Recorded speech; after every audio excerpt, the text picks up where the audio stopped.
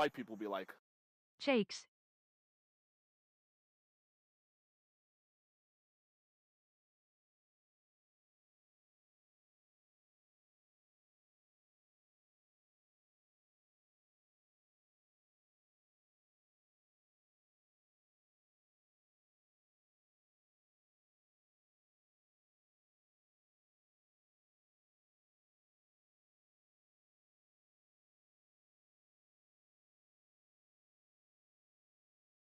white people be like, jipee,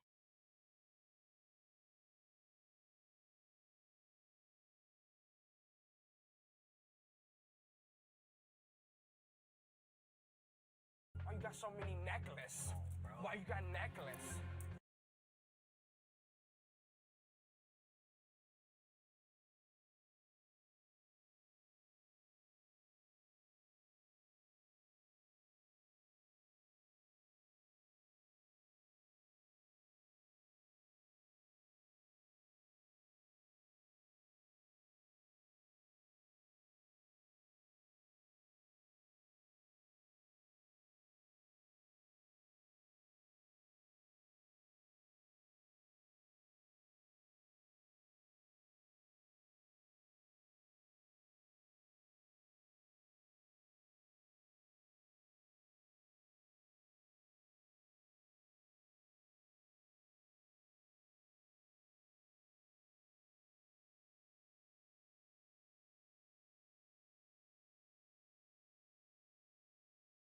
white people be like, blorp,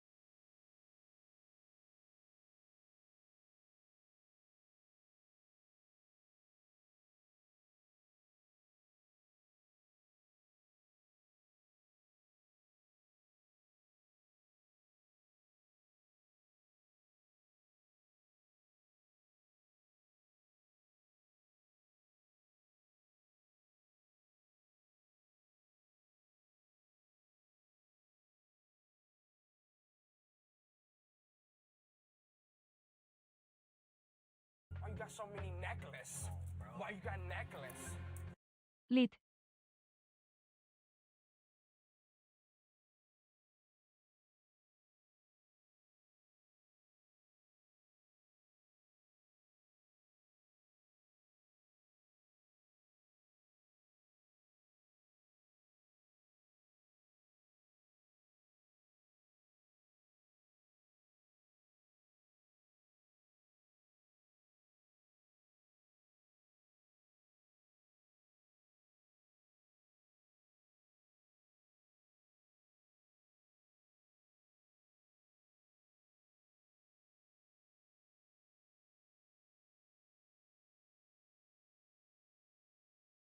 white people be like, I love hype trains.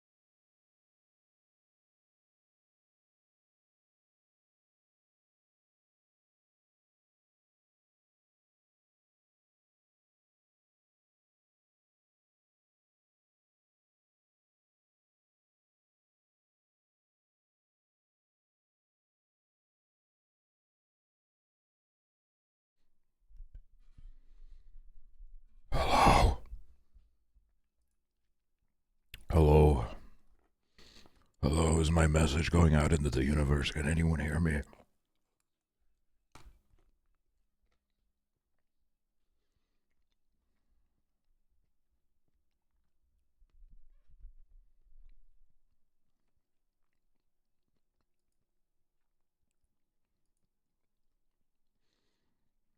What's up, guys?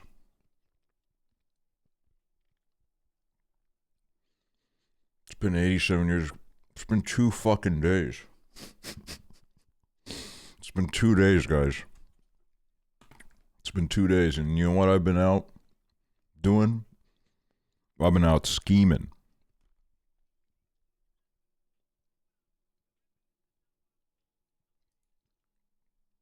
I've been out scheming, y'all.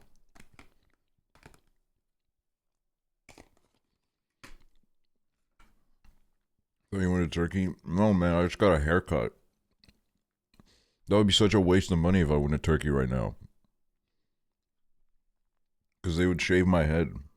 So I might as well not have gotten a haircut. White people be like, Cellophane MR cellophane should have been my name MR cellophane cat dancey booty. Guys, I have some crazy news. They fuck your shit up or no? I already did a haircut reveal.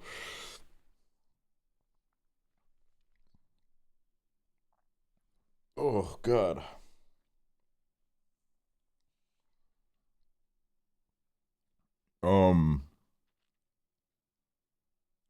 Guys, I'm gonna get a new computer very soon. We're gonna start doing GTRP streams. No, we won't, but yeah, I'm getting a new PC. Which means we're gonna be doing a lot of streams. Next week is gonna be like, I wanna do a bunch of things next week.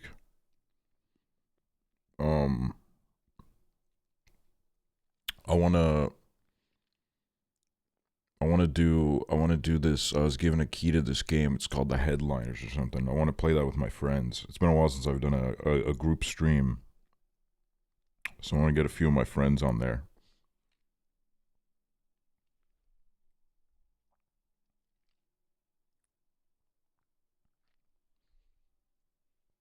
And also maybe a Love Is Blind night. Why you got so many necklaces?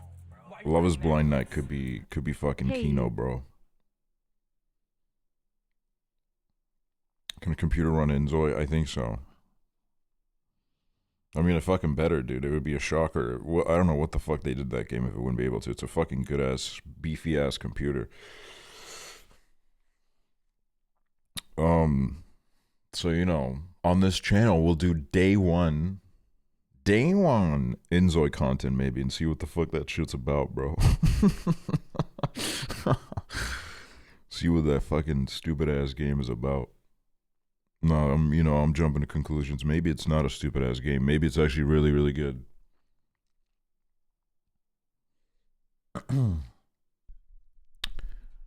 I saw the Timothy Chalamet picture, the film.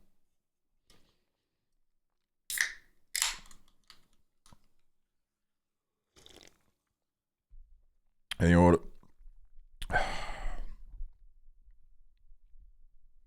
I've seen many pictures of Timothy Chalamet.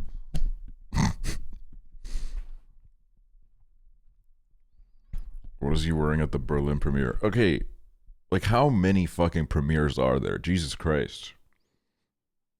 Every like 4 days he goes to a new one. He's been doing this for months. When is it gonna fucking end? When are they gonna release this man?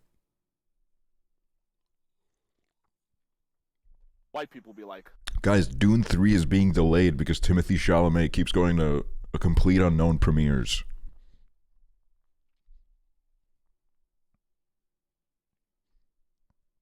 They cite scheduling conflicts, but the scheduling conflict is the fucking a complete unknown premiere in fucking Belgrade, Serbia.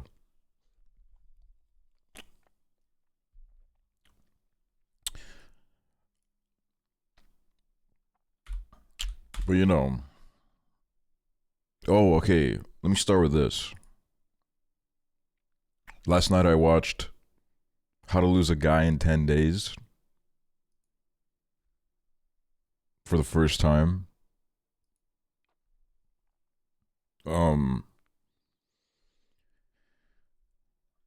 God, that movie's just fun, man. It's just fun. The 2000s was like a renaissance for the rom-com, man. Everything was hitting.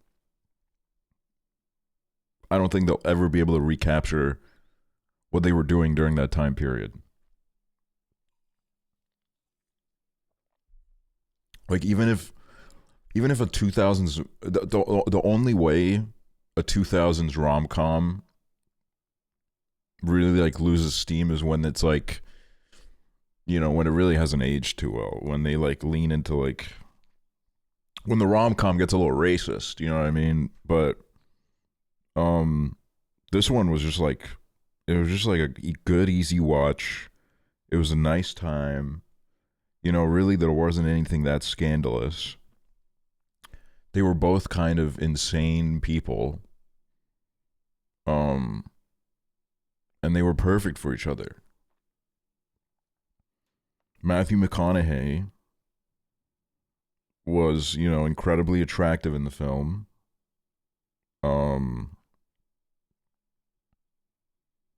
And you know, that's really like all you would want. All I know this movie is from how like Matthew McConaughey kept giving interviews about how this was the movie that almost got him typecast.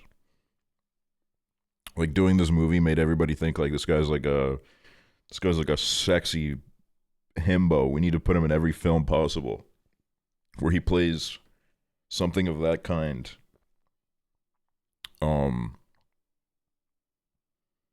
But yeah, no, it's a good fucking time. But then A Complete Unknown, it's like, God, biopics are so fascinating because even though I know that 9 times out of 10 it's going to be at best a mediocre experience, I will sit down. And you know what? That's why they make them. That's why they make them, because they know that people will go watch them. Because I'm like, you know, it's like I got to see the fucking Bob Dylan film. I got to see the movie where Timothy Chalamet plays Bob Dylan. I mean, like, I fuck with Bob Dylan and all, but like, I won't lie, that was a big draw to me. I was like, I got to see Timothy Chalamet in this. Plus the fucking, I won't lie, man, the marketing was good as hell. There was a lot to it. Timothy Chalamet knocked it out the park.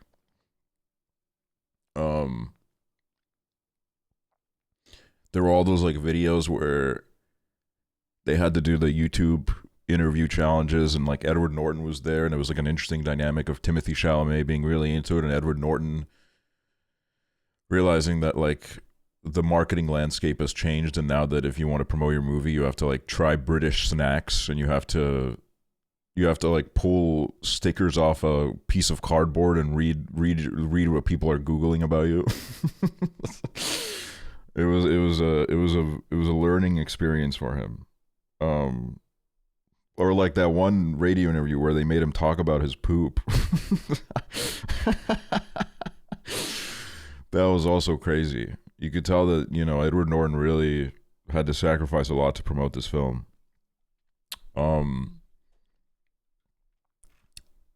It's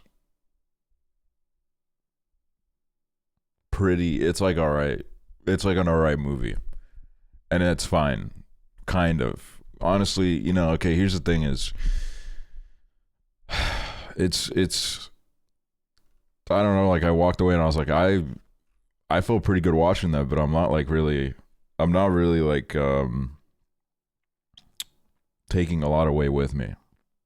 Like, I don't know, I feel like it should have used like I don't know, it felt like half the movie was, well, not half the movie, but there were multiple scenes where this exact thing occurred, which I understand that this is probably what Bob Dylan was like, but it was literally like Bob Dylan would be in the corner fucking fiddling on his guitar, and then the woman that he was with at the time would be like, Bob, I don't know anything about you. We need to talk about you. We get off the guitar, Bob. We never talk. I don't know who you are. And then he would be like, no, I don't want to.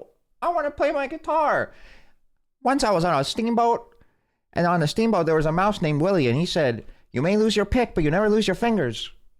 You keep playing that guitar, boy. And then that was like all the conversations he had. At a certain point, I was like, okay, I get it. Bob Dylan, mysterious, you know, interesting guy, kind of a weirdo. But like, come on, we got to do like more than this. But Elle Fanning is absolutely fucking immaculate in it. Elle Fanning is genuinely so fucking good in it. Like, seriously, her performance broke my heart. I thought it was so good. And you know what? I'll say it. I think Timothée Chalamet did like a great job. I think he did a really good job. And what I will give to this biopic is that sometimes in biopics, it'll be like, I don't know, the actor doesn't really nail the voice of who they're portraying very well. And then, you know, it's like a musician biopic, and then all of a sudden we go up to the mic and they play like a fucking studio cut of a famous song that we all know, and it's so jarring because all of a sudden we hear the original artist's voice and it's like, well, this isn't really matching up. But in this one, that, you know, they all sang the songs themselves, and I think it was honestly the right choice. Because I think it made it like a lot more like cohesive and less jarring. White people be like, Aksel happy. Because I think it was the Straight Outta Compton movie where I remember like out of nowhere they would just play like the fucking studio cut of like one of the NWA songs, and I'd be like, man, I'm not gonna lie, man, I'm getting like fucking whiplash from this, man. This like kind of took me out of the whole ass movie.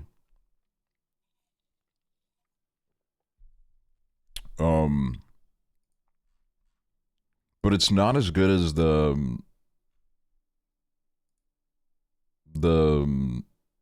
James Mangold Johnny Cash biopic. I think the Johnny Cash biopic is actually like a very good film, but this one was like, all right. I feel like if you don't really care about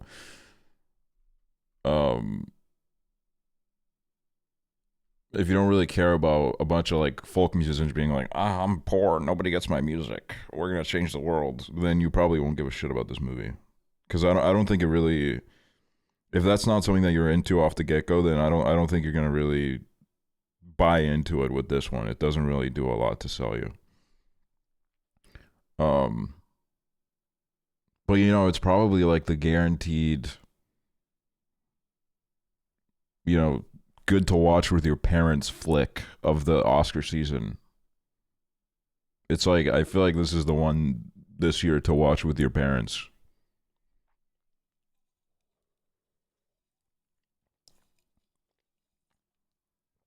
When we watch Better Man, well,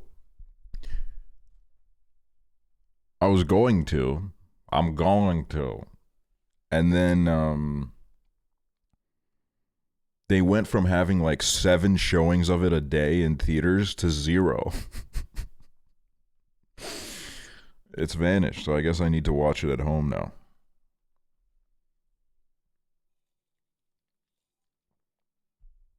It was literally like all that was in theaters for a while. But I do want to watch it. I do have some catching up to do.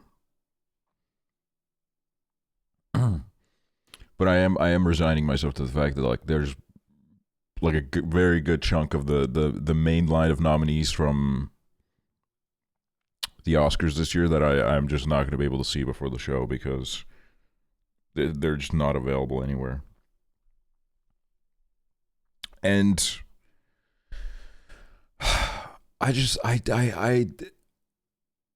even as a journalist, all right, let's call myself that. Let's call myself a journalist in this situation, okay? I can't bring myself to watch Amelia Perez. I can't do it.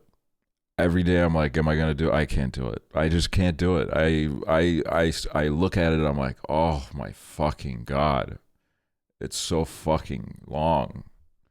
I don't want to do it.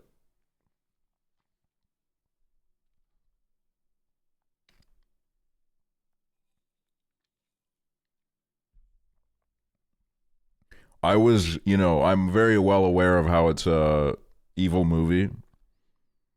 But like I said, I was going to do it for the purposes of being an educated Oscars host, as we are doing an Oscar stream this year, and I wanted to be able to give like educated hatred towards the movies and love, some love towards some of the films. But I think I'm just gonna blindly hate. I'm gonna be honest with y'all. I think I'm just gonna close my eyes and blindly hate, and I think I'm okay with it.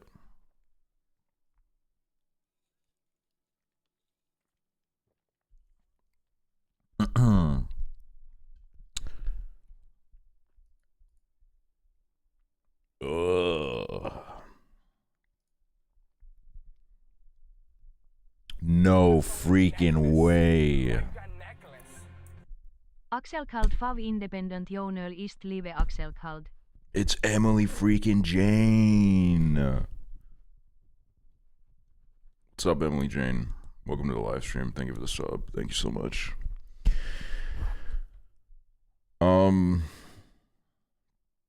Also, another very random life update. I was gifted an Apple Watch, which is very kind and very generous and very sweet. But I don't really know what this thing does. Like, I don't really know what its purpose is.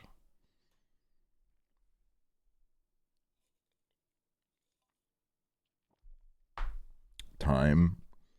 Yeah, I mean, it has this, like, I can put Snoopy. Does it vibrate? Yeah, dude. But here's the thing is, everybody said, oh, the alarm on the Apple Watch is amazing because it'll vibrate your whole wrist and you have no choice but to wake up. You know why I'm live this late? Because I apparently just don't give a shit that it's vibrating. I slept through that shit like nothing, man.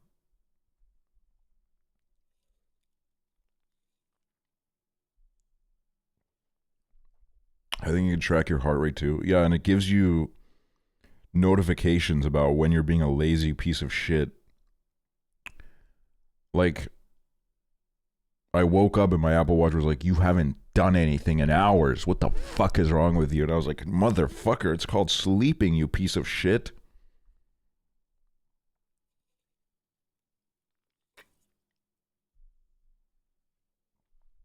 And when I was watching A Complete Unknown, why don't you get up for a minute? You've been sitting for 2 hours. And I'm like, fuck you. I'm not getting up in the middle of this fucking theater.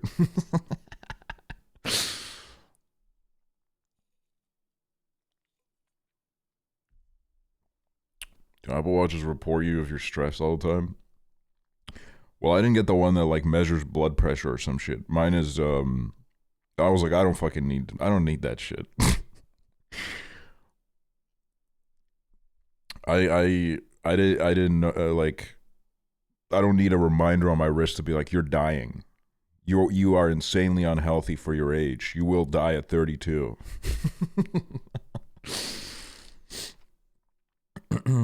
Wait, that was a JK. I didn't know it vibrated. Lymphal. Okay, maybe I need one. Dude, I don't know, man. Maybe there's like a way to turn the vibration up, but I feel like this vibration ain't even worth all that. But let me see. I also have a Snoopy watch face. But I had to change it because Snoopy won't tell me the fucking temperature. So I have a picture of the Earth instead.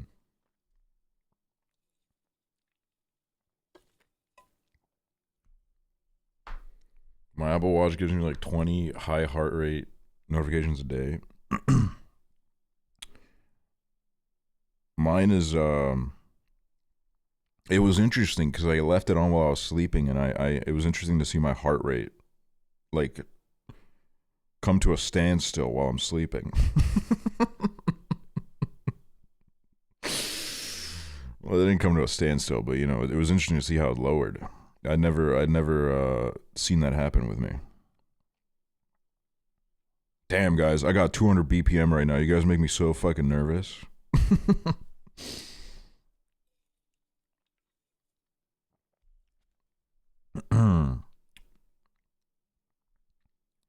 Chill out, bro. No. I'll never fucking chill out.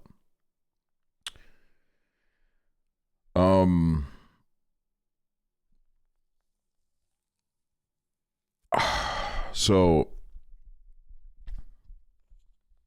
God, my throat hurts a little. Uh-oh. It's like a very,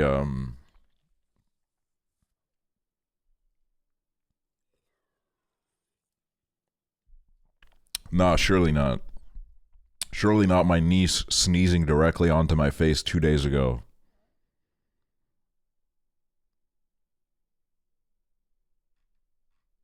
Surely not.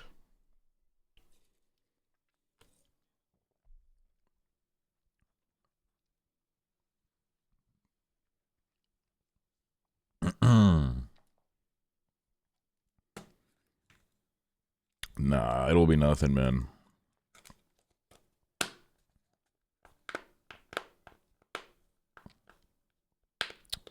There's a chance that both tomorrow and the day after I'll need to do more of the sponsored game. I'll definitely need to do it on one of the days. But they fucked with us so much that they were like, do you want to do a third stream? So, and since my ass is getting a new PC, you know I said, all right. You know I said, all right, we'll be there. We'll be there. It's just a matter of whether the paperwork's going to go through on time or some shit. Can you get another monitor? Why? I don't know what I would do with a third monitor. I had 3 monitors at one point. I realized, you know, I don't know. Could be fun. It would just become like a glorified fucking Spotify player, man. I would pay all that money just to have a Spotify player.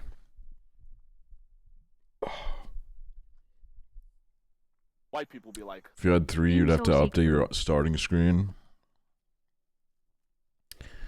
Yeah, that is true. That would really fuck it up, I guess. My friend has a vertical monitor for purely Spotify. I tried the vertical monitor move,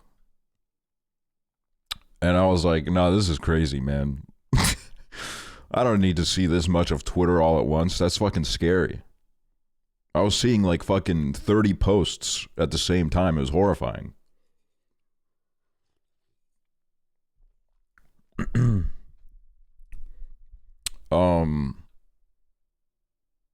Is there a way to connect watch heart rate monitoring to OBS then media share to stream?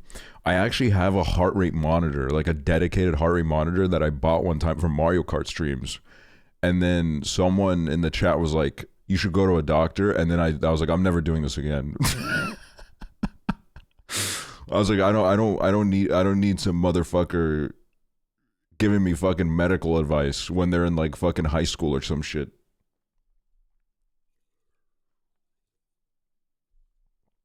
I don't know if anyone remembers that stream. I think it was literally, yeah. I paid $100 for a heart rate monitor just to use it once. And now it's like somewhere in my... Dude, that shit was weird, man. You had to like fucking... You had to like rub water all over your fucking chest and shit before you... You had to moisten it up and shit. You had to moisten it up before you put it on. Like you couldn't even just raw dog that shit. Look, I won't lie, man. Now that I have this Apple Watch, like I be touching it. I'm fucking touching this shit. I'm fucking looking at the time. I'm like, oh, all right, what's the fucking temperature? All right.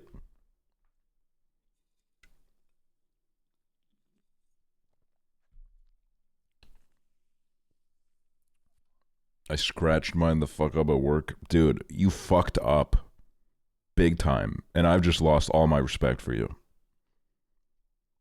Can't wait for you to have that fuck ass tan line. Well, I don't go outside, so. Oh, dude, today I was at a food court.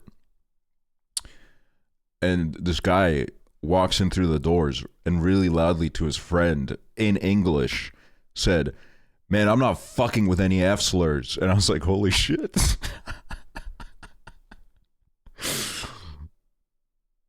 I was like, damn, bro.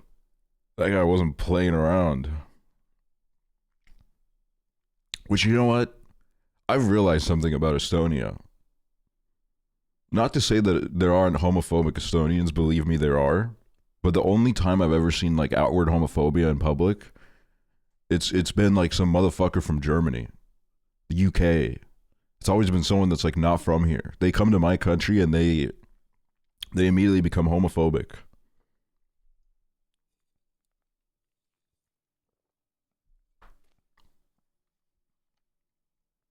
Like, it's crazy. I'm so excited for the Sims 2 stream. Okay, well, that's not happening right now. I don't really even know what we're doing. Look, truth is, we were supposed to do It Takes Two, but I fucked up. And now Prezzo is, he's tucked in the bed. He's tucked in the bed. He's wiggling his toes.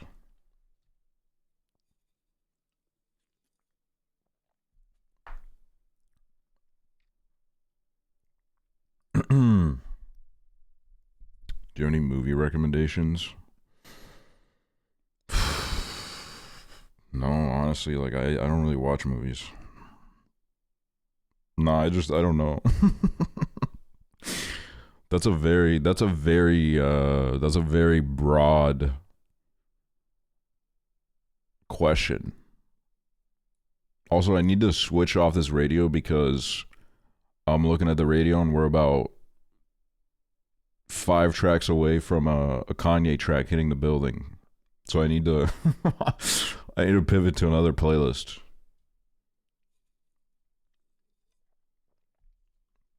I need something to watch. Well, watch Paddleton. I always tell people to watch Paddleton. And like there's like a 10% chance that they actually do. Watch a rom-com on Valentine's Day. Well, Valentine's Day is almost over and I just went live, so you're not watching shit. You're watching this, right? I hate Paddleton, sorry.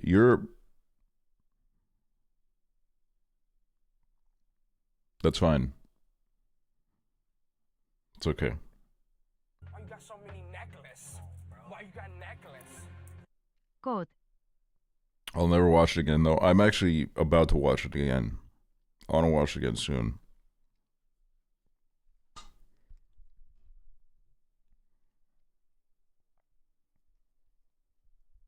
God, I am so excited for the summer. Me and Prezzo, we're going on a fucking tour, bro. We're going on a tour.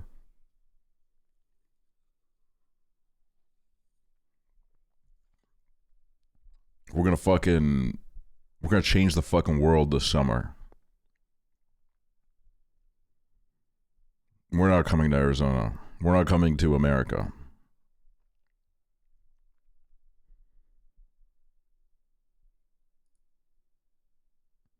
We're doing EU. Studying abroad in Australia this summer, please visit. I do want to visit Australia in the next year. I think it would be good. I think it'd be good to check it out. See if it's worth the commitment.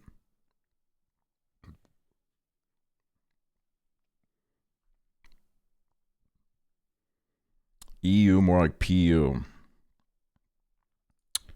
Well, enjoy your 30 fucking minutes, asshole. Nah, I'm joking.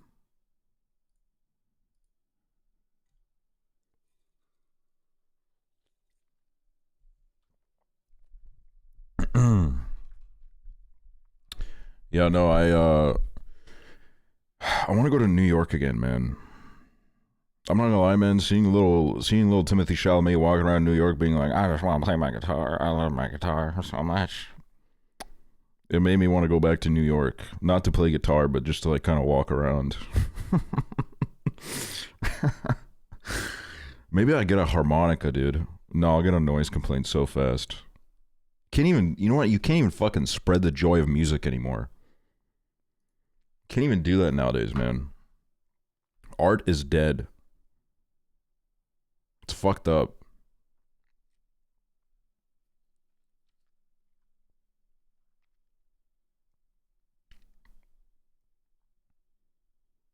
Look, guys. What the hell did it just do? Oh my god, it's leaking my schedule. And it says no events today. It's a nightmare.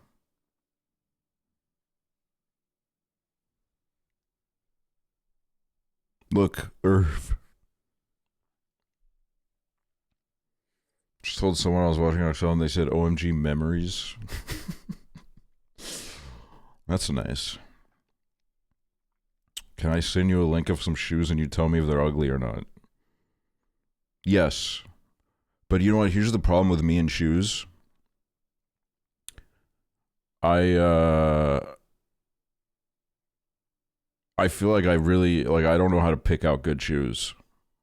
I suck at it, dude. I feel like whenever I try to go and buy some shoes, it stuns me. I sit there for hours and I'm like, why does every shoe look kind of ugly? She got big ass feet. I do. Do you guys want to see them?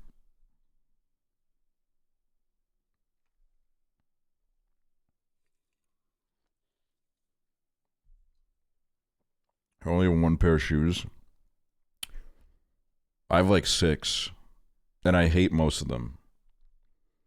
Alright, let's see this.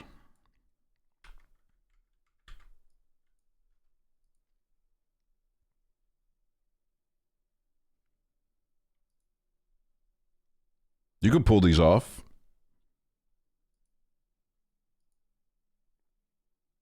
It's not bad at all. Lock it in. Lock in the purchase. In fact, I'm going into their support chat right now and I'm saying that they're about to receive a purchase.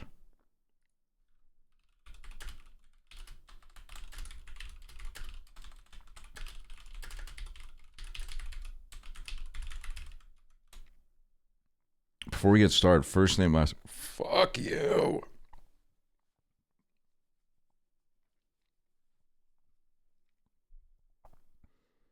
Can't even spread the joy nowadays.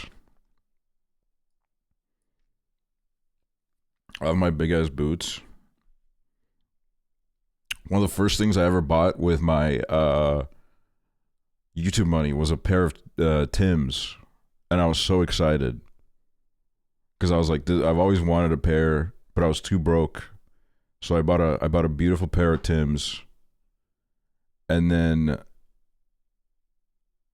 4 months into having them, I somehow, I don't know how, I stepped into like a big puddle of tree sap.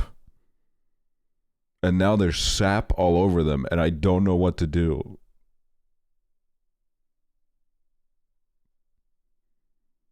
It's like fucked up, dude. There's like one piece of sap where someone pointed out to me once. They were like, "Is that blood on your shoes?" And I was like, "What?"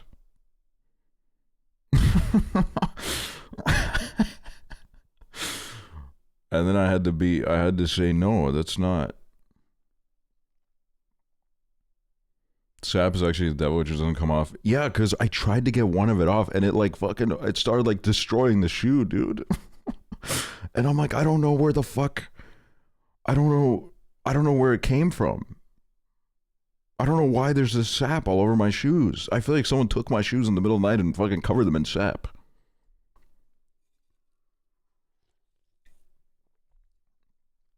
No, yeah, they word to the wise, if you get a pair of Timbs, you got to get ready to like fucking nurture them like they're your babies, because I didn't do that, and now I just have totally fucked up looking boots.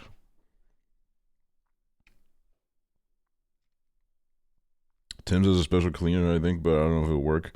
The lady at the store when I bought him, she tried to sell me this cleaner, and you know what I said to her? I said, mind your own business.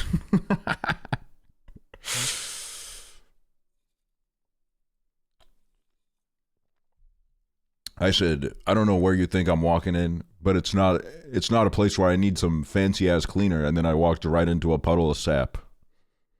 So maybe it was her. Maybe it was like she put like a little curse on me. Which, I mean, honestly is pretty uncalled for, but whatever. I don't give a shit. God, I love your name, Lockpick Gamer. I always see your name and I'm always like, that's a good ass. It's a good ass name. I love it. I can't stop looking down at it, man. Like, what is it going to do? Change the time? Sometimes, like once a minute.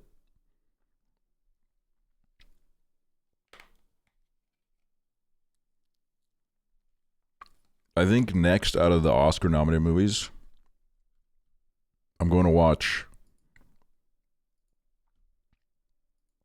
What is it called? Like Memoirs of a Snail?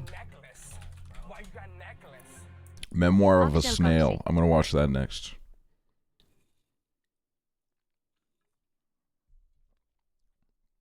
I also did watch the first 20 minutes of Wicked. And in that moment I realized, I don't really want to watch this right now.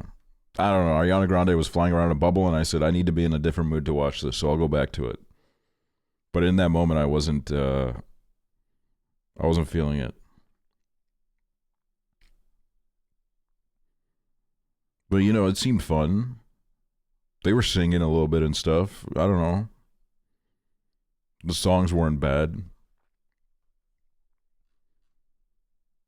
That movie does not need to be as long as it is. I mean, like, I didn't want to say it. I didn't want to say it, but...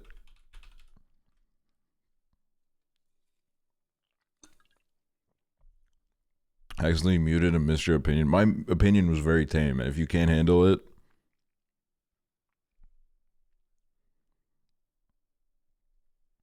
It's only part 1, and it's longer than the entire stage musical. Damn, dude, they're gonna be back. They're gonna be back in like 2 years. I wonder if they're gonna drop the second Wicked before the next Batman. I know that's like... I know they're gonna film the next Batman like at the end of the year, but like I don't know, man. I'm like so burnt on it that I don't even trust them, man. It comes out this year. They say November. Okay, yeah. So it's it's actually gonna happen.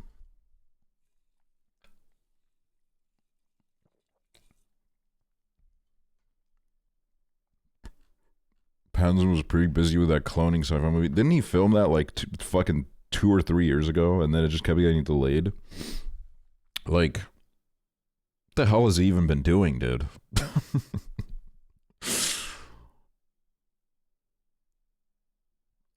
Do you see this? What is this?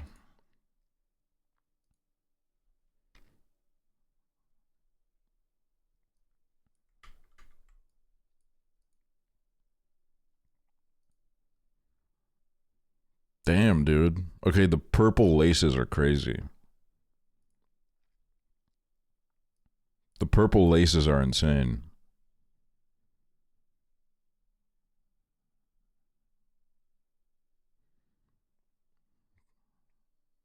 Love how kind of crazy he is.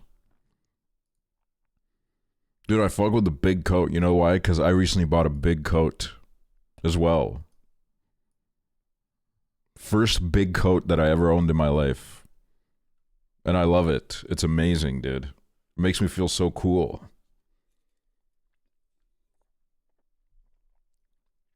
Also, I sent Prezzo this and he put it on his story. So I wanted to be publicly known that I was the one that first brought this to Prezzo's attention.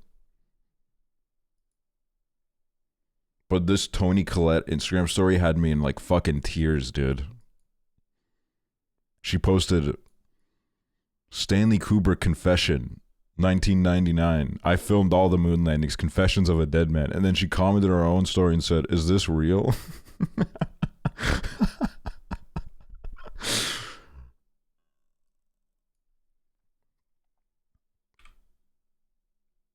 Look, I'll say it. Y'all gotta hop on the Toni Collette Instagram if you're not already on there. She has like a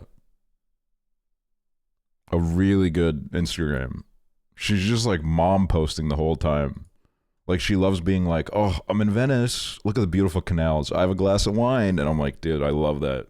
I love that for you. Another good stop motion is Marion Max. I love Marion Max. It's one of my favorite animated movies ever, which is why I want to watch Memoir of a Snail.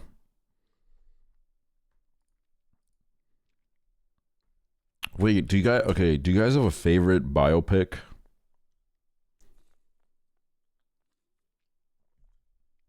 Do you guys have like a favorite? What's your goat biopic? I always forget The Social Network, even though I love that movie so much. I always forget that it's a biopic. When I'm like thinking about biopics, like The Social Network never enters my brain for some reason. Because it's just that good. It's like so above every other biopic.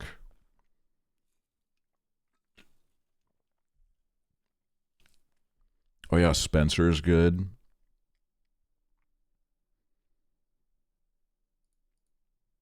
See, the problem is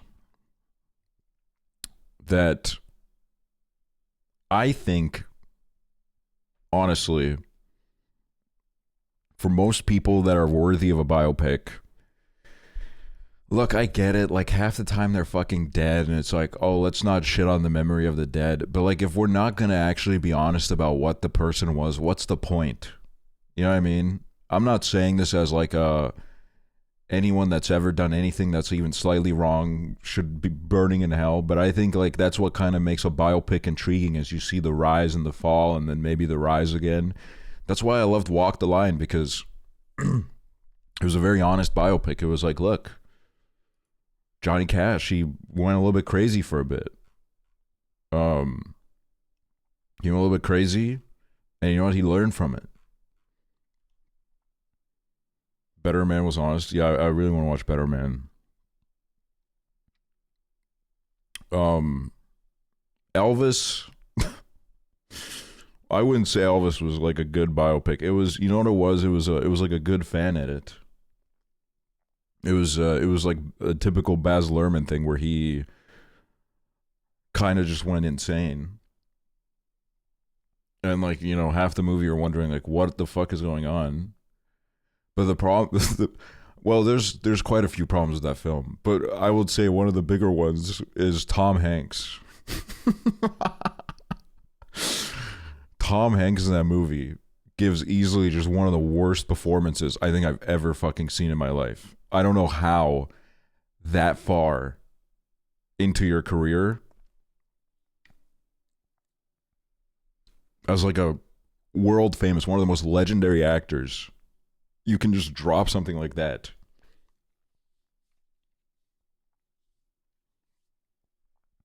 Like, I don't know what that voice he was doing was. I don't know what the guy actually sounded like that he was playing, but like, there's no way he sounded like that. There's no fucking way, man.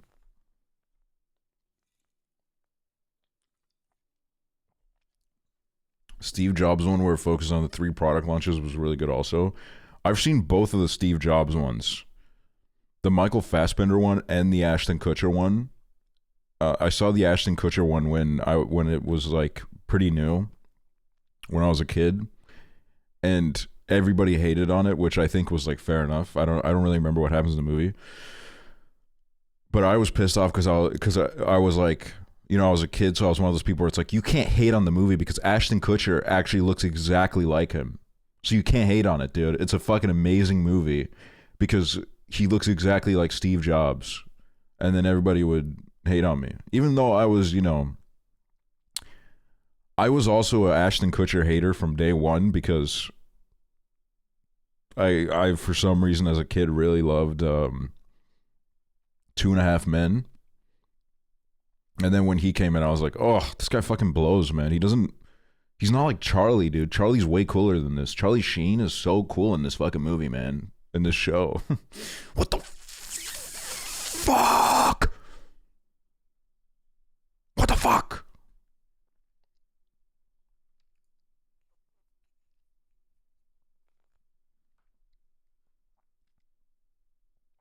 Let me thank these subs real quick. Renter House, I think it was 20 months. Cherry Case, 2 months. Evil Burger, 32 months.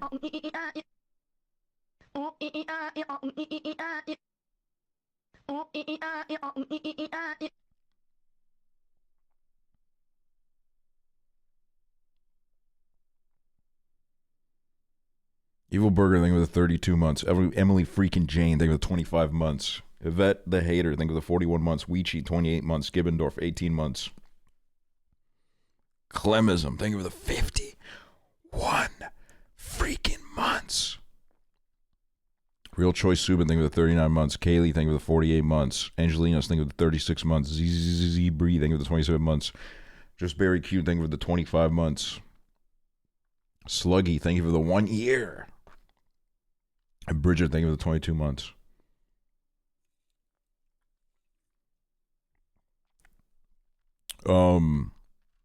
What was I talking about? Oh yeah, but there's too many biopics that are like. White people be like, Look, I'm gonna be honest with you. I think for biopics, the family should give their blessing, and then they should just kind of they should fuck off a little bit, because there's too many biopics where like family or, you know, maybe members of the band or some shit, they step in and they're like, no. This needs to be like a celebration of what a chill ass guy this motherfucker was. And then you do one peruse of the wiki page and it's like, I mean, I won't lie, man. Like reading this wiki page was more interesting than fucking watching the movie. Remember the Stephen Hawking biopic? I do remember it. I never watched it though.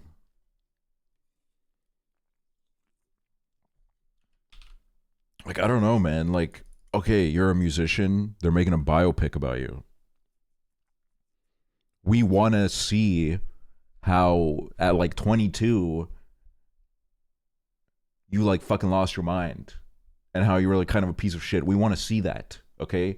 I don't want to see some like heartwarming thing about how a poor boy comes out of a town and plays the guitar and everybody loves. I don't give a shit.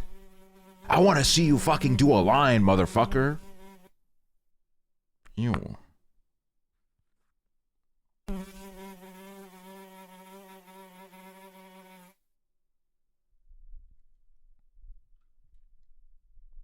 Iron Claw was good. They did forget that brother though. That's like a. It's as crazy as it sounds. Like, I get it. I kind of understand. But it's just the idea of it is so sad that they like didn't even acknowledge the existence of one of the brothers, because like it is really a story that is so sad that like I feel like in its full version you couldn't have even put it into a movie without it just being insane, like insanely depressing. They left out a whole ass brother. Yeah, they left out there was another brother who also had a very tragic story. It's just a very, you know, it's a very sad story with that family.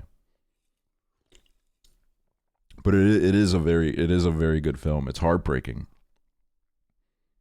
Oh yeah, I watched Baby Girl.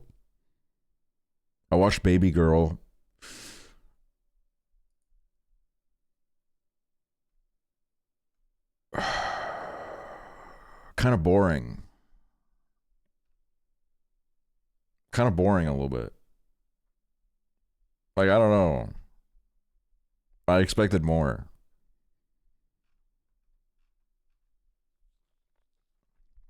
I expected a lot more from it. I feel like, I don't know, like, it felt like it was like I don't... Look, if you say that it's like afraid to commit, then it's like, someone will say, oh, that's like the point of the movie. That's like the point of the movie, that, everything is like so apprehensive, and there's like no, well, it's like, I don't know, man. Harris Dickinson's character. What am I supposed to give a shit about this guy?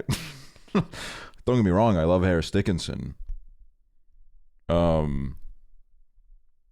like, I don't know, man. The whole like dynamic between them, I just like really, I don't know. I didn't really care for it. And I do think it was a good movie. It was a good movie to show some fucking cock, to be honest. I think it's crazy to do a movie like this and not even show like a little slither of cock. Like, I think that's crazy. Like, I don't understand this. Like, I think the thing is that I'm not even saying this for like purely perverted reasons. The reason why I'm saying this is because, like, I don't know, like, I feel like, I'm not gonna lie, like, I feel like if you are willing to show cock in your film, number one, it shows, usually the film is of higher quality. I don't know. Every movie I've seen with cock in it, it's like, the filmmakers have like really committed themselves, and they're like, all right, fuck it, we'll show a cock, and it shows that they're like a little bit tuned in. They're a little bit tuned in, and they kind of know what they're doing. Saltburn, well, there's exceptions to every rule. But mostly, I don't know. Like, it's like, why do we keep doing this thing where it's like, only the women gotta get naked, man? Show some fucking balls, man. Show some fucking balls hanging out the fucking pants, bro. Goddamn. Show some fucking dick. I don't give a shit. Show it. You can't do a whole fucking sex movie and not even like allude to the existence of a penis. You know what I mean? I don't even know if they acknowledge that a penis exists in this film. And I'm not saying that it's like, it's not like integral, because let's be honest, Challengers was like a million times better without really showing anything. It's not like 100% necessity, but I feel like with Baby Girl, it was just like, it was like a part of the problem. It was like a symptom of the problem, I think. I mean, penis wouldn't have made it worse. I think that's true. It definitely would not have made it worse. But I'm sure that there's probably people that really loved Baby Girl, and I'm very happy for them. I'm glad that they could enjoy it. There's only penis in the freaky document. Oh, there was penis. See what I mean? See what I'm talking about?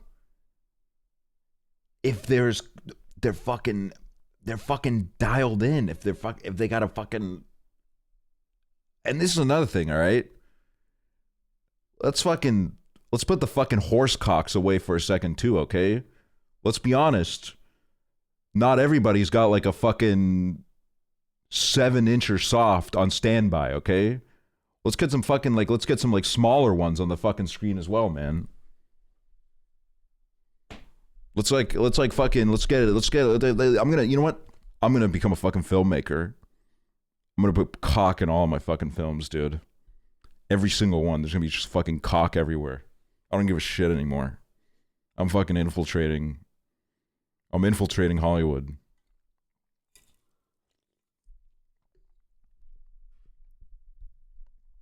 Nosferatu had cock. It did. And that was like a pretty good movie. It's like a pretty good film. Queerhead cock. I've heard about the queer cock, but I've yet to see the film. I just came over to say, oh, don't worry about it. Red Rocket. Yeah, that is. See what I mean? Queer is good as fuck. I saw it in theater. I'm shocked to see that it's at like a 3.4 on Letterboxd. I guess people don't. They don't really fuck with it that much, I guess. Queer's so good, don't believe people. I don't ever believe the people. The people are full of shit. If there's one group on planet that I don't trust, it's the people. Challenge is like 3.8, I don't know how. I think I don't want to toot my own horn here, but I do feel better than the people that don't like challengers. I feel like I just kind of get it. You know what I mean? And I pity the ones that don't. My friend hit the pen too hard before queer and got scared and found out he was gay. Everyone has that one movie where you discover that a little bit. Happens to everyone, I think. And if you're gonna say, oh, it hasn't happened to me, then it's coming. My mom's friend watched Challengers and said she didn't like it because there's too much tennis. Dude, the fucking stupid ass tennis motherfuckers that were like, oh, the way this portrays tennis is not accurate at all. Shut the fuck up, man. All right? Get the fuck out of here. Get out of here, you fucking loser. Go hit the courts, man.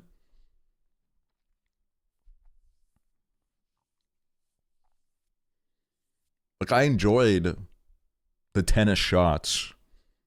Obviously, I think that movie's damn near perfect, frankly.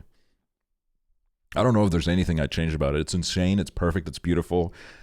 It'll be one of those, like, first time watches in the cinema that I'll never forget about. But, like, I don't know, man. So I was saying, you should watch it. It was my top one movie last year. Oh, also another thing that happened in the theater was there was a trailer playing, and all of a sudden I hear Al Pacino's voice, and I went, and then literally like a second and a half before I did that, it said a film by Johnny Depp, and I was like, oh my God. I was like, fuck, dude.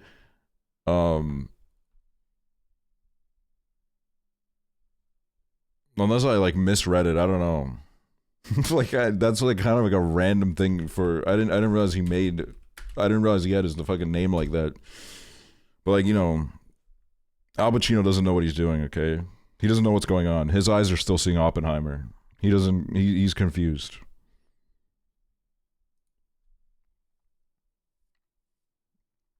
Yeah, he don't got internet. He's being taken advantage of. He's too old. White people be like, Aces, thank you so much. Thank you for the sub. What should we do today? I'm sorry, I don't have a plan for today. I fucked up because it takes two shit. Tomorrow and the day after, I'll have more planned streams, and next week as well. Next week we're gonna go crazy with that.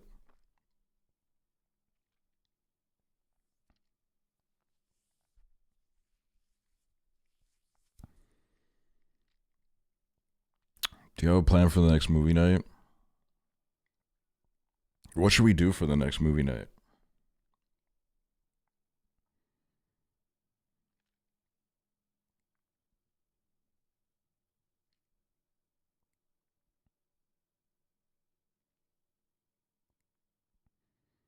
Challengers. There's just some censoring to do with challengers.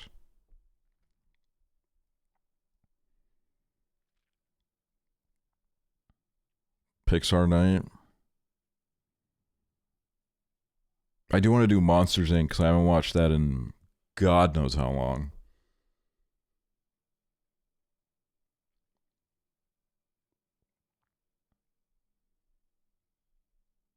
Maybe a Studio Ghibli night. I'd be down to do that with Prezzo. I think that would be fun. It's one scene. It's two scenes. There's two scenes that are potentially TOS.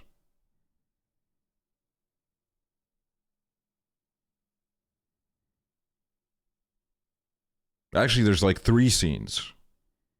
The more I think about this, the more scenes there are that I'm like, I don't know. Monsters Inc. and Monsters Unity double feature would go crazy. Every time I've tried watching Monsters University, I go, oh man.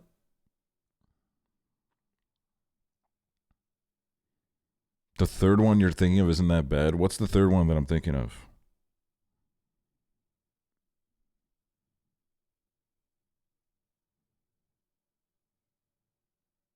Can you watch The Brave Little Toaster? Boner Slap? That wasn't even the one I was thinking of. Why can't we watch the One Direction movie? Because I don't want to. I don't want to. My eyes see Oppenheimer. Can you watch Click? Ooh, sorry to say, you're about maybe 5 years late at this point. When was that? That was like a long time ago.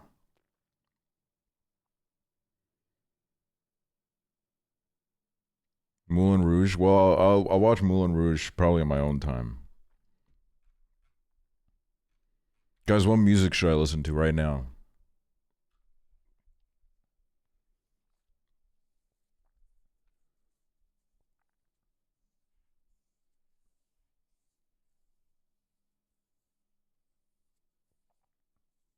Teen Blurnt? Dean Blurnt? Did I just say teen?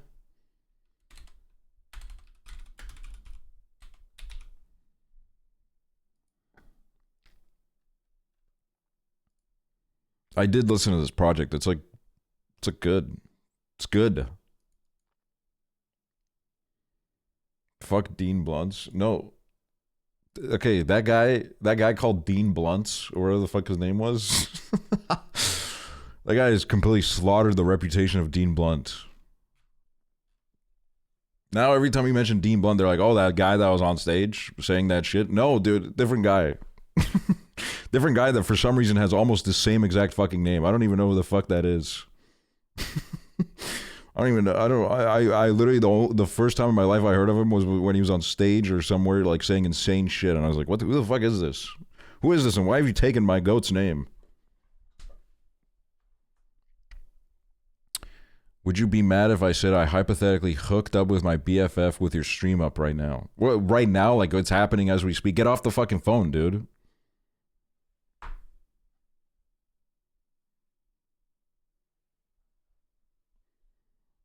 Put the damn stream down, dude.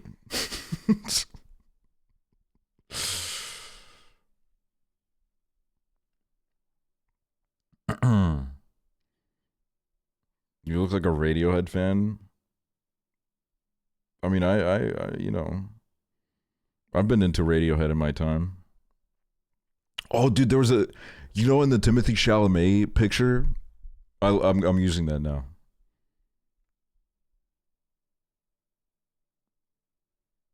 Cool. Thank you for sharing. The Timothy Chalamet picture, the Bob Dylan picture, the Bob Dylan flick. Right? They kept doing that thing where like a guy walks in the frame and he's like, "Hey, I'm Johnny Cash." Like they would always say like, "Hey, I'm like they would say their full name so the audience could be like, "Oh my god, dude. Oh my god."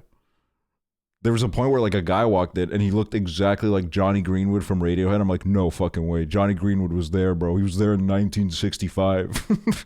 He was there in 1965 and he's going to come in and he's going to say, my name's Johnny Greenwood, or whatever the fuck he sounds like. That fucking lunatic.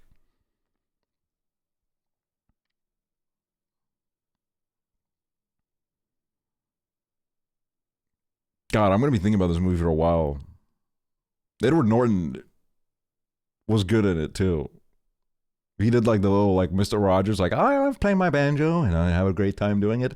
Thank you for listening to me play my banjo.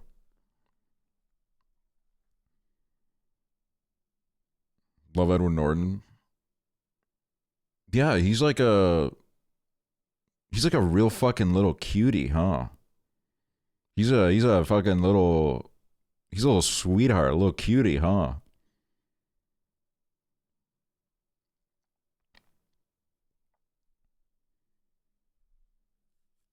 Let's say I love his work. Let's say that, is Edward Norton a Scientologist? I get sinister vibes from him.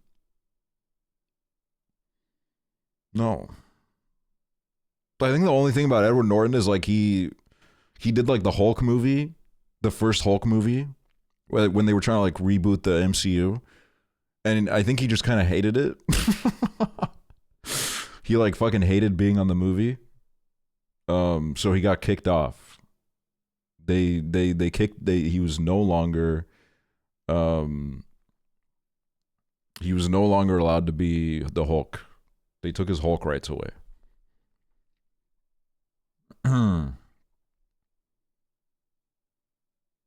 But yeah, he would have been a way better Bruce Banner though. I don't know what goes into being like a good Bruce Banner.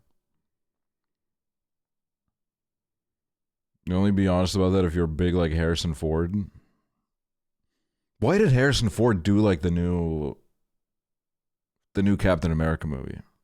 Because that's what I read. It was like he hated it. He didn't give a shit. So like, why did you do it? Money?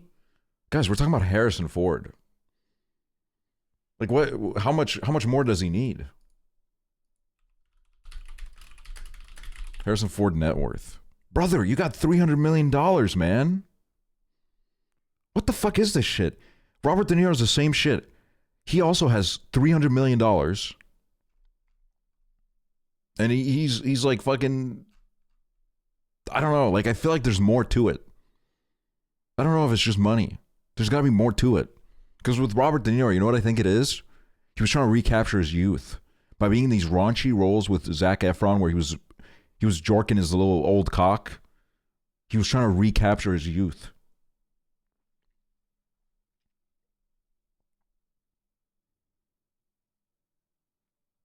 He has like 10 kids too. He has $300 million. You know, I don't really know if it's the fucking, I don't care what the public excuse is. To be honest with you, I can go give an interview right now and just fucking make up a bunch of fucking bullshit baloney, bro. I could do it right now. I want to know what the real intent. I want to know what's going on behind those fucking eyes. I'm getting dick down bug mode with this stream on. Is that okay?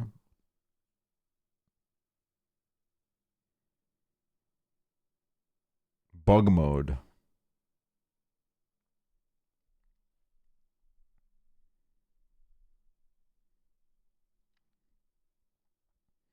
Bug mode is fucking crazy, man. Do bugs fuck? Dude.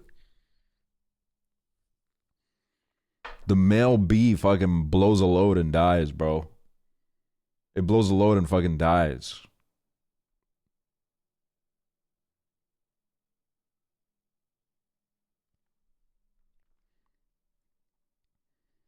It's like, you know, everything that's alive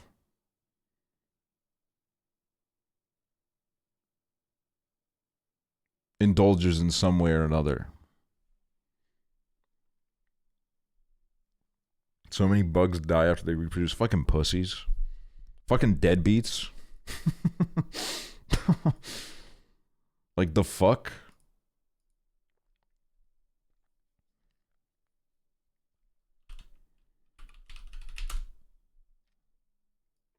Let's do some GeoGuessr.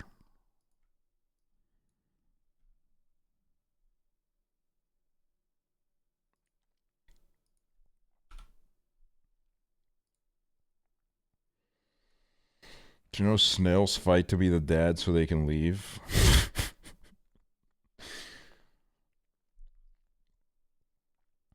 Dude, that's fucked up, man. That breaks my heart.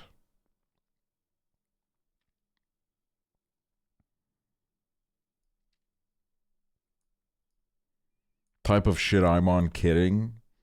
You think absentee fathers are a big joke to you? That's disgusting, dude.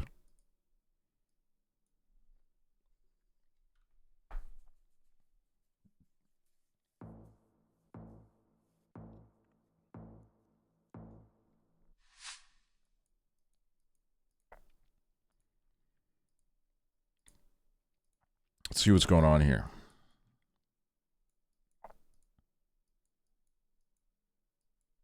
What the fuck happened to the sign, dude?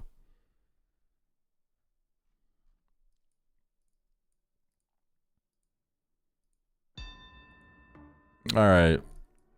Right here. Lock it in. Free points. Psh. The demolition has begun. The fucking demolition has begun. Guys, what game should I play when I get my new computer? Should we do, should I do Red Dead 2 RP? Yeah, I'm gonna stream the Oscars. Me and Prezzo, we're gonna fucking double team that shit.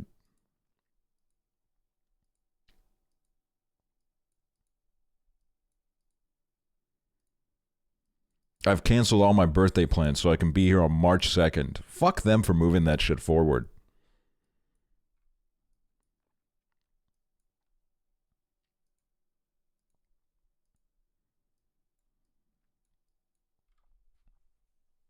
God, this place is beautiful.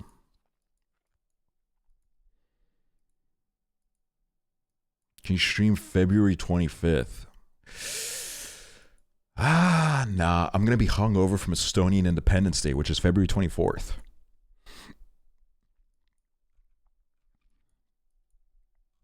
What is this gorgeous place?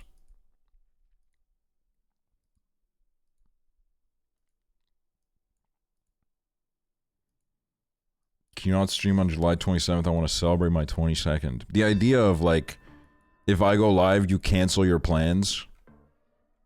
I'm gonna put it somewhere in the middle here. Yeah, you know what? It would have been South Africa or Lesotho. My bad. She can't stream on my birthday. You want me to die? Nah, I'll be live. Probably, I'll be live. And you know the thing is, if I won't be live, Prezzo will.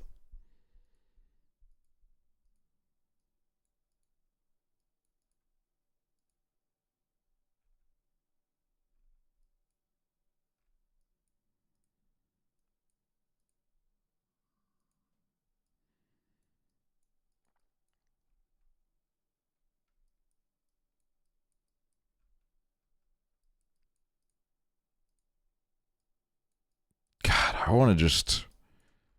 They just want to lay down there. They just want to lay down there.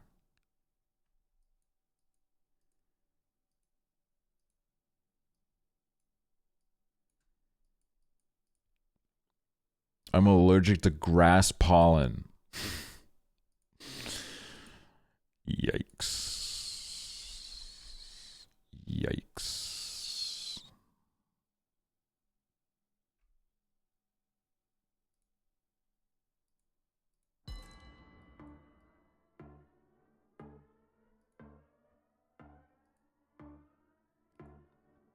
I want to lay in that grass and eat the bugs in it.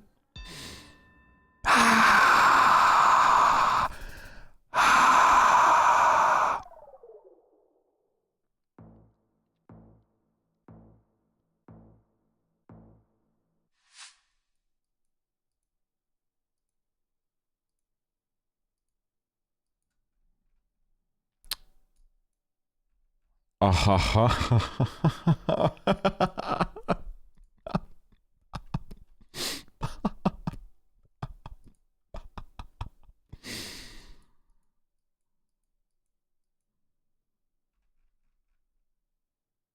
know what this is giving? This is giving Brisbane, bro.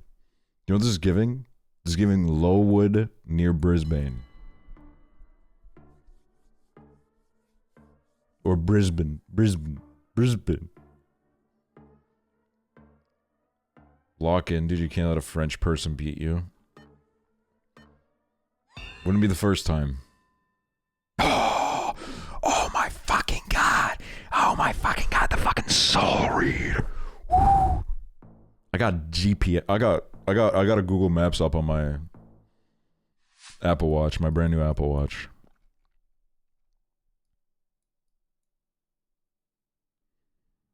Oh.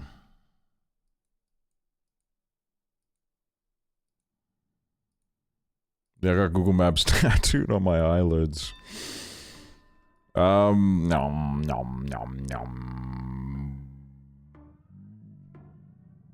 Maybe, I don't know. Alright. Well, you know what? Looks like I'm about to be getting my ass beat by a little Frenchie.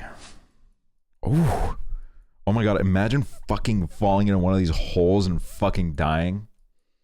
Fucking passing away.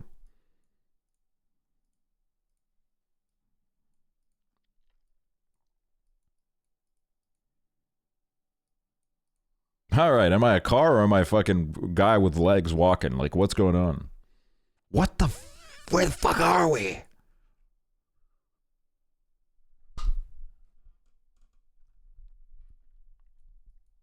I will not be imagining that. You're no fun, man. Come on. Let's think about death together.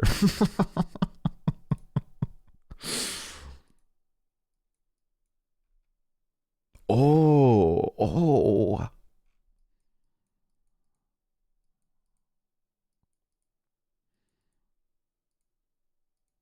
Also, if you put in chat you missed flags, it means I will ignore your message because I consider it cheating. I will not go back. If I missed a flag, that's on me, dude. No way, we're in fucking Cairo, bro.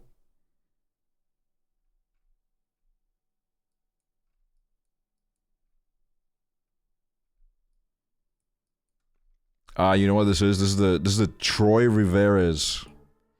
The Troy Sivan Pyramids in Quebec.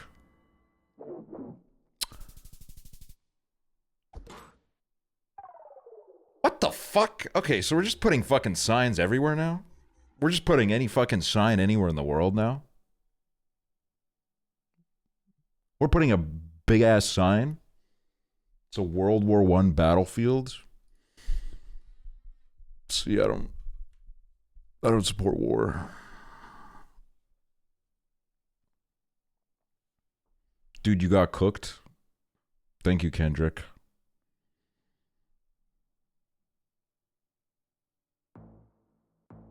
I knew it looked like it was blown up. I just thought the fucking Earth did that, dude.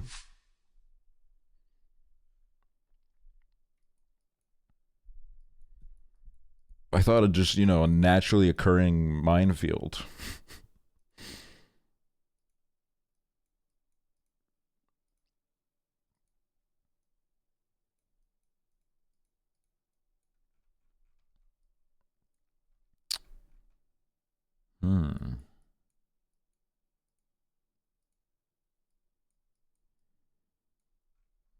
Hello, could you tell me where we are, please?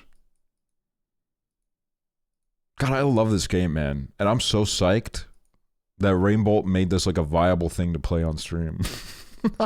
Thank you so much, Rainbolt. You fucking hero.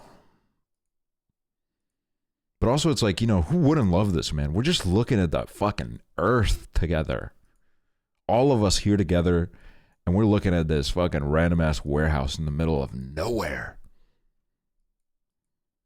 Ever met Rainbow? I don't know, like, I don't even know he was, like, meetable.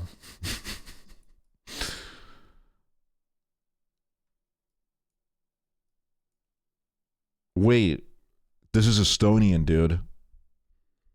This literally in Estonian means like pooping, and then this means basement.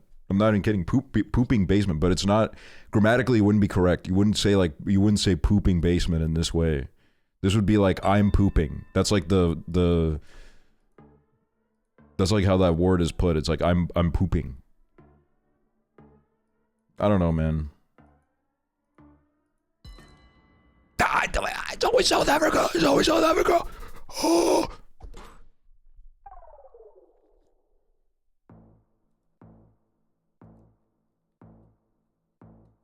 Are you pooping? No, not me.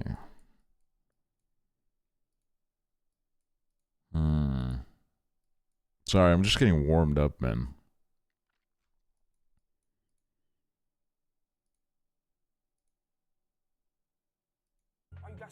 Carl Barks, 420. Thanks so much.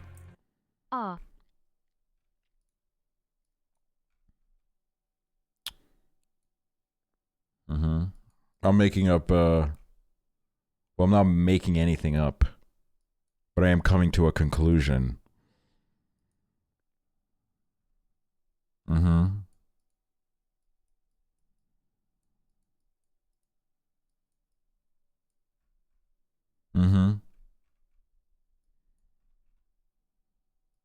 I think it's right here.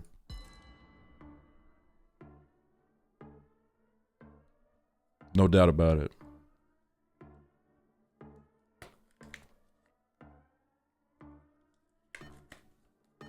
Guys, put a 1 in chat of your birthdays in January, put a 2 in chat of your birthdays in February, put a 3 in chat of your birthdays in March, put a 4 in chat of your birthdays in April, put a 5 in chat of your birthdays in May, put a 6 in chat of your birthdays in June, put a 7 in the chat of your birthdays in July, put a 8 in chat of your birthdays in August, put a 9 in chat of your birthdays in September, put a 10 in chat of your birthdays in October, put a 11 in chat of your birthdays in November, put a 12 in chat of your birthdays in December. Learn the word it's etc.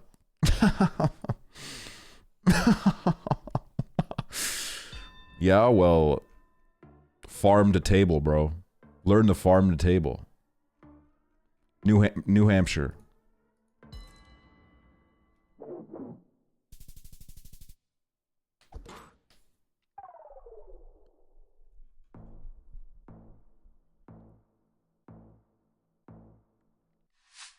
Is there a month to be born in where you're more likely to be gay? You know what it is? It's probably fucking February, dude.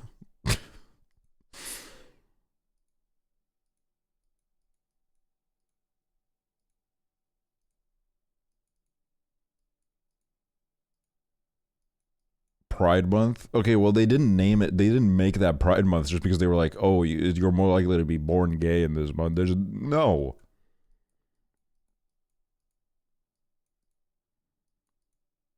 Why not July, the literal Pride Month? Well, you know. Am I stuck in here? I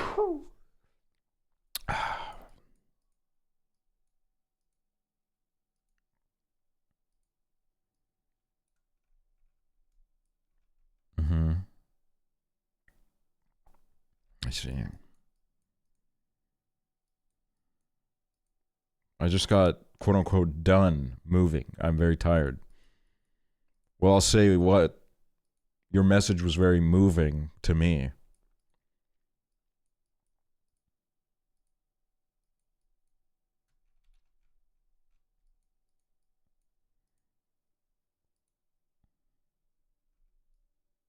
Whoa. Now that is a fucking fit. Oh my god, we're in Germany, dude.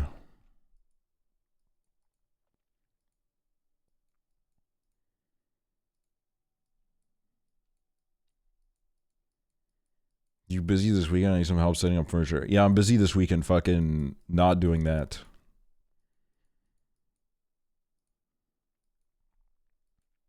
Knew it. Knew it. I just was kind of toying around a little bit.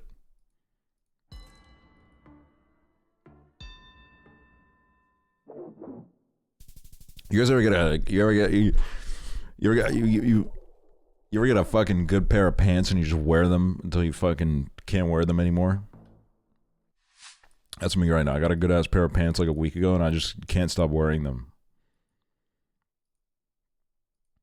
Because you know what? It feels good when like people are like, "Oh, are those new pants?" And I'm like, "Well, technically they're new to me."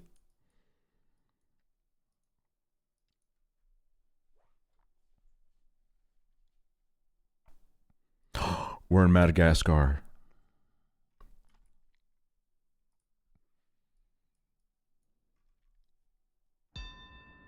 Oh, congrats, dude. Congrats. You saw the sign. Oh, you're so fucking cool. What the... Dude, come on, man. That's barely.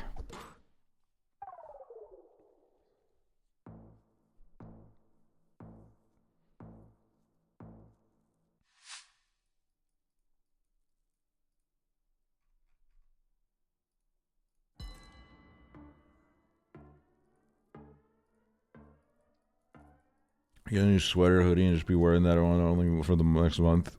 Oh, yeah. Or sometimes you come up with a new outfit. You discovered a new combination of clothing. What? White people. What? Are you fucking high? Are you high out of your fucking mind? Put the damn pen down, bro. What the fuck are you smoking? Home Depot, Iraq. Thank you so much. You find a new combination of... you unlock a new outfit. You unlock a new outfit. And you just wear that outfit over and over again because your life has been changed. I love Poland. Damn. I do love Poland.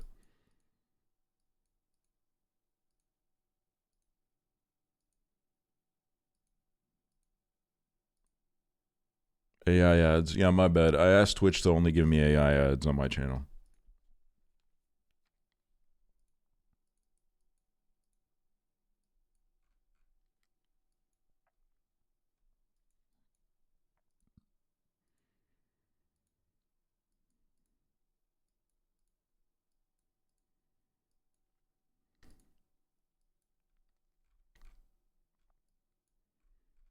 Peekaboo. I'm looking in through your windows. Oh my god, guys. I should do a Red Dead 2 stream on the alt channel. When I get my new fucking PC, bro. It's Poland, bro. I told you.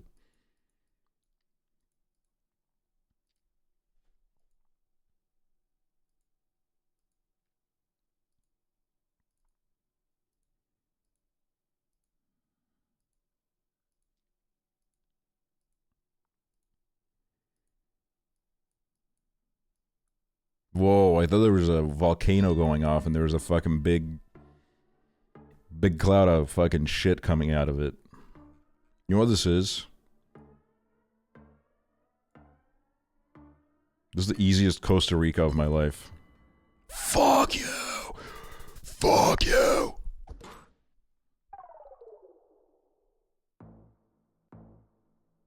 You looked right at a sign that said Chiapas. Well, I'm sorry, I don't really know what that means. I'm gonna be. I gotta keep it 100 in the chat room. I didn't know it. I didn't know what that meant.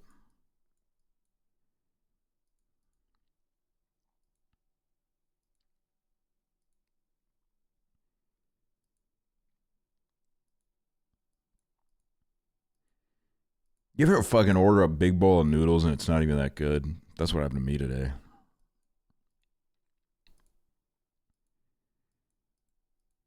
Shit kind of blew, bro. Shit kind of blew.